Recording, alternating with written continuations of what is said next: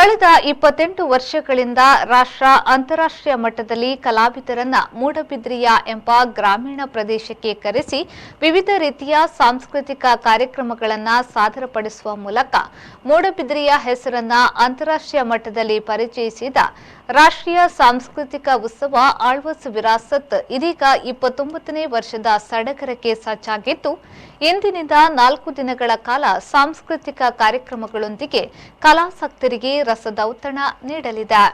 ಕಲಾ ರಸಿಕ ಆಳ್ವಾಸ್ ಶಿಕ್ಷಣ ಪ್ರತಿಷ್ಠಾನದ ಅಧ್ಯಕ್ಷ ಡಾ ಮೋಹನ್ ಆಳ್ವಾ ಅವರ ಸಾರಥ್ಯದಲ್ಲಿ ಸ್ಥಳೀಯರಿಗೆ ಮಾತ್ರ ಸೀಮಿತಗೊಳಿಸಿ ಜೈನಕಾಶಿ ಮೂಡಬಿದ್ರಿಯ ಸಾವಿರ ಕಂಬದ ಬಯಲು ರಂಗಮಂದಿರದಲ್ಲಿ ಸ್ಪೀಕ್ ಮೇಕ್ ವಿರಾಸತ್ ಎಂಬ ಹೆಸರಿನೊಂದಿಗೆ ಆರಂಭಗೊಂಡಿರುವ ಸಾಂಸ್ಕೃತಿಕ ಉತ್ಸವ ನಂತರ 2000 ಇಸವಿಯಲ್ಲಿ ಮಿಜಾರಿನ ಶೋಭಾವನಕ್ಕೆ ಸ್ಥಳಾಂತರಗೊಂಡು ವೈಭವಯುತವಾಗಿ ನಡೆಯಲು ಆರಂಭಿಸಿತು. ಅನಂತರ 2 ವರ್ಷಗಳ ಕಾಲ ವಿದ್ಯಾಗಿರಿಯ ಪ್ಯಾಲೇಸ್ ಗ್ರೌಂಡ್ನಲ್ಲಿ ನಡೆಯಿತು.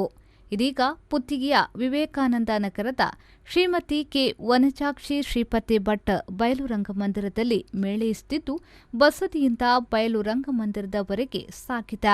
ಪ್ರತಿ ವರ್ಷ ರಾಷ್ಟ್ರಮಟ್ಟದ ಕಲಾವಿದರೊಬ್ಬರಿಗೆ ಆಳ್ವಾಸ್ ವಿರಾಸತ್ ಪ್ರಶಸ್ತಿಯನ್ನ ನೀಡಲು ಆರಂಭಿಸಿ ಇದೀಗ 3 ಜನ ಕಲಾವಿದರಿಗೆ ನೀಡುವಷ್ಟರ ಮಟ್ಟಿಗೆ ಬೆಳೆದು ಬಂದಿದೆ.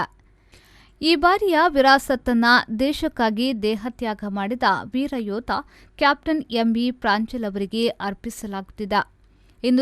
ಇಂದು ಸಂಜೆ 5:30ಕ್ಕೆ ಆಳ್ವಾಸ್ ವಿರಾಸತ್ ಆರಂಭಗೊಳ್ಳಲಿದ್ದು ಕರ್ನಾಟಕ ಸರ್ಕಾರದ ರಾಜ್ಯಪಾಲರಾದ ಡಾ ತಾವರ್ ಚಂದ್ ಗೆಹ್ಲೋಟ್ ಈ ಬಾರಿ 29ನೇ ವರ್ಷದ ವಿರಾಸತ್ತನ್ನ ಉದ್ಘಾಟಿಸಲಿದ್ದು ಶ್ರೀಕ್ಷೇತ್ರ ಧರ್ಮಸ್ಥಳದ ಧರ್ಮಾಧಿಕಾರಿ ರಾಜಶ್ರೀ ಡಾ ಡಿ ವೀರೇಂದ್ರ ಹೆಗಡೆಯವರು ಅಧ್ಯಕ್ಷತೆಯನ್ನ ವಹಿಸಲಿದ್ದಾರೆ.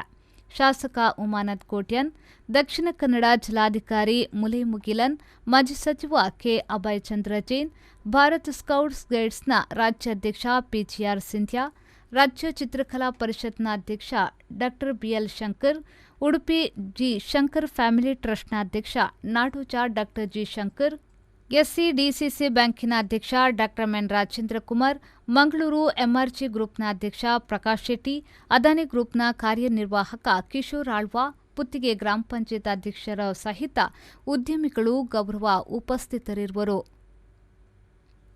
ಪ್ರೇಮಶ್ರೀ, ವಿ4 ನ್ಯೂಸ್, ಮೂಡಬಿದ್ರೆ.